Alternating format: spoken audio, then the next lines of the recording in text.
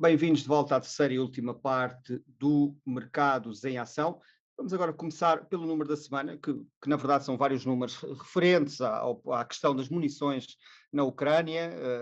Várias estimativas saíram a semana passada, uma delas apontada pelo Financial Times era que a Ucrânia estava a disparar por dia entre 5 mil a 6 mil obuses de artilharia. Hoje veio aqui o chefe da diplomacia europeia, Josep Borrell, a dar outra estimativa, que só a Rússia está a disparar por dia cerca de 50 mil obuses de artilharia. A própria Estónia, o próprio governo estónio, hoje em Bruxelas, veio referir aqui que defender a necessidade, mais uma voz a defender aqui a necessidade de aumentar a produção europeia de munições para fornecer à Ucrânia na sua resistência à Rússia.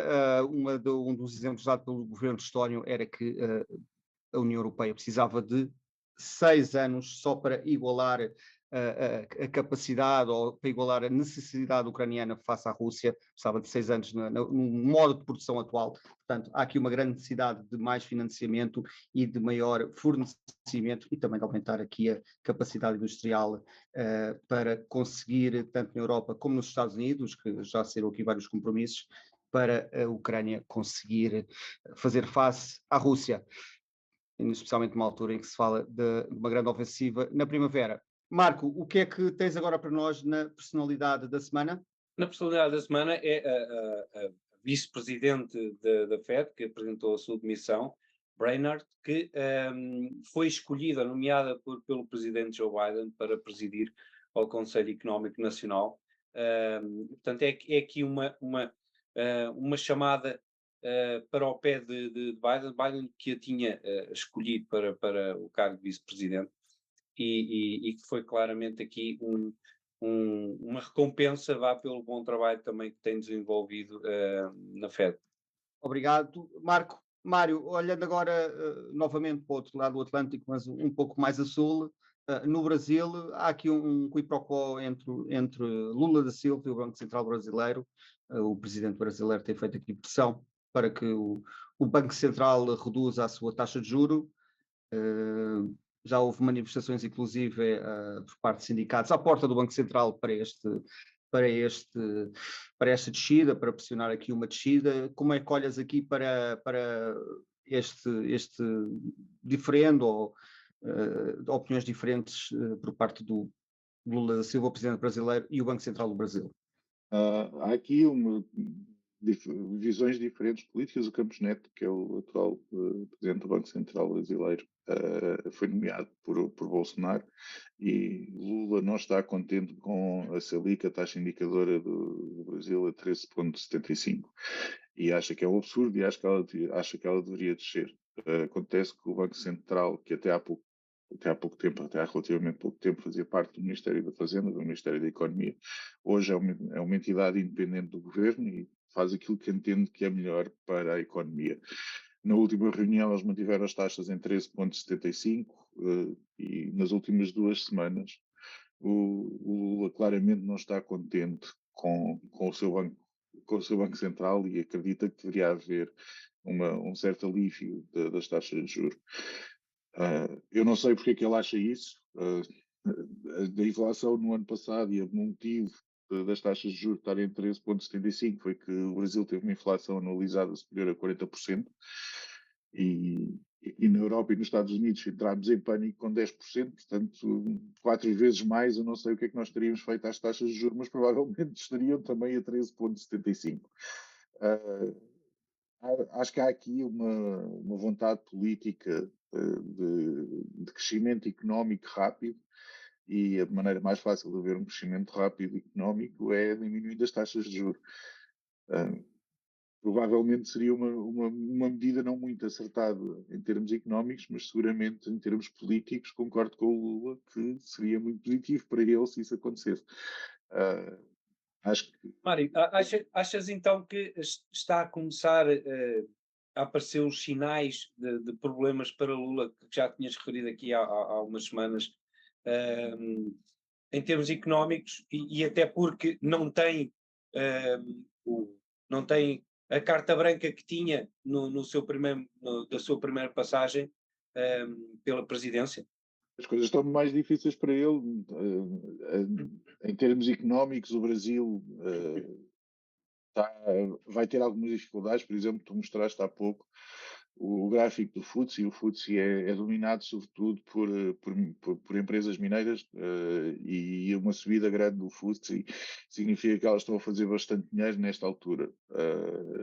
Isto é bom para o Brasil. O Brasil é um país predominantemente dominado pelas commodities.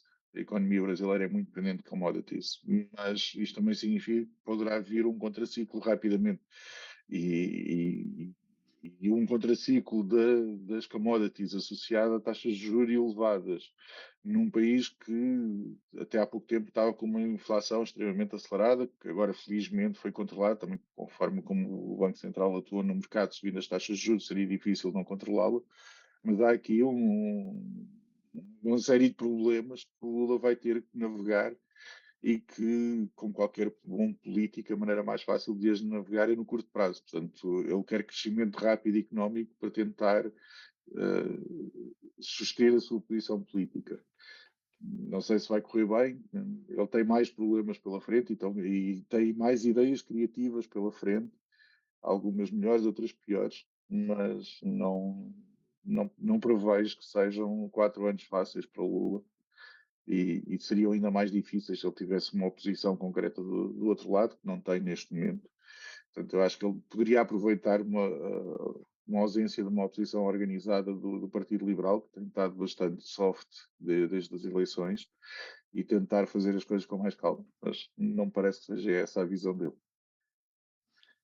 Mário, olhando aqui para a China, já tivemos aqui a reabertura. Como é que esperas que o Império do Meio se venha a comportar este ano, depois desta reabertura prometida?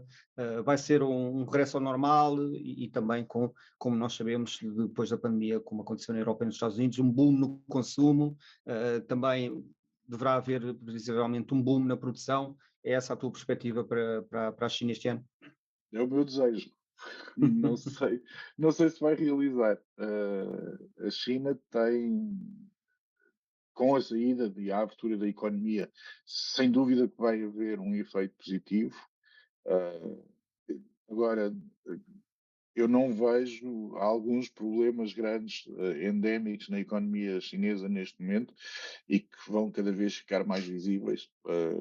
A China já está quase 20 anos na OMC e neste momento a China começa a ter um problema que começou há 20 anos atrás com os países europeus, quando a produção foi deslocalizada para a China. Neste momento a China tem uma deslocalização da produção para outros países do extremo asiático. Portanto, há aqui algo... A China vai ter que definitivamente tentar crescer mais para dentro do que para fora. A capacidade da China de influenciar a economia mundial via exportação é menor agora do que era quando entrou na OMC. E a vontade expressa do Xi Jinping de começar a basear o crescimento no consumo interno vai ter que acontecer. Agora, eles têm um grave problema, que é o setor da construção. Os chineses utilizaram durante muitos anos a construção e o imobiliário como as reservas de valor. Com o colapso do mercado imobiliário na China, e o mercado imobiliário na China corresponde a cerca de 20% do PIB. Portanto, tirando o fator de ser uma das reservas de valor das famílias, é uma das reservas de valor do país. O Xi Jinping vai ter que encontrar uma forma de fazer com que o crescimento imobiliário, ou a falta de crescimento imobiliário, não se reflita na economia real com a perda de poder de compra da população. Esta vai ser possível. Diz, Bar. Não, porque a questão aí há uns 5, 6 anos começou-se a perceber da intenção da China em deixar de ser a fábrica barata do mundo para ir para uma vertente mais tecnológica. Exatamente, e hoje vê-se que, como referiste, já existe muita produção que está deslocalizada da China. Só que esta intenção de ir para a tecnologia está agora a esbarrar com a guerra que existe, com as sanções que existem. achas que isso poderá comprometer este objetivo? Depende. As maiores sanções, ou a maior arma que os Estados Unidos podia utilizar, já utilizou. E a China reagiu bastante bem.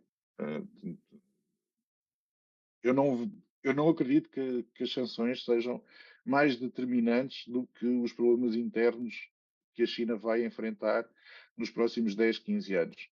Esta vai ser a primeira geração da população chinesa que vai ter um nível de vida inferior à dos seus pais. E isto aqui pode causar um problema muito, muito novo e muito inesperado para o Partido Comunista Chinês. Até agora toda a gente adora o Partido Comunista Chinês, ou seja, não existe uma oposição interna significativa ao Partido Comunista Chinês, porque ao longo dos últimos 40 anos, cada geração tem vivido melhor do que a geração anterior. E com o inverter desta situação em que eles agora vão experimentar pela primeira vez uma geração que tem uma qualidade de vida inferior à qualidade de vida dos pais, o que é que isso pode representar internamente para o partido e o que é que pode representar para a economia? Porque é a primeira vez que eles, ao mesmo tempo que eles querem atingir a independência financeira e ser o consumo interno o maior fator de crescimento do PIB, haver menor capacidade de compra por parte da população, como é que isso pode interferir com o plano quinquenal de Xi Jinping?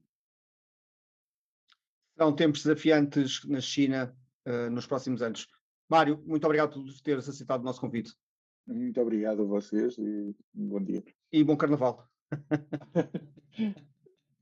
Ainda estou em Inglaterra, portanto não vou. Pronto, não desfrutarás, mas pronto, fica a mensagem. Marco, obrigado e vemos para a semana. Até para a semana.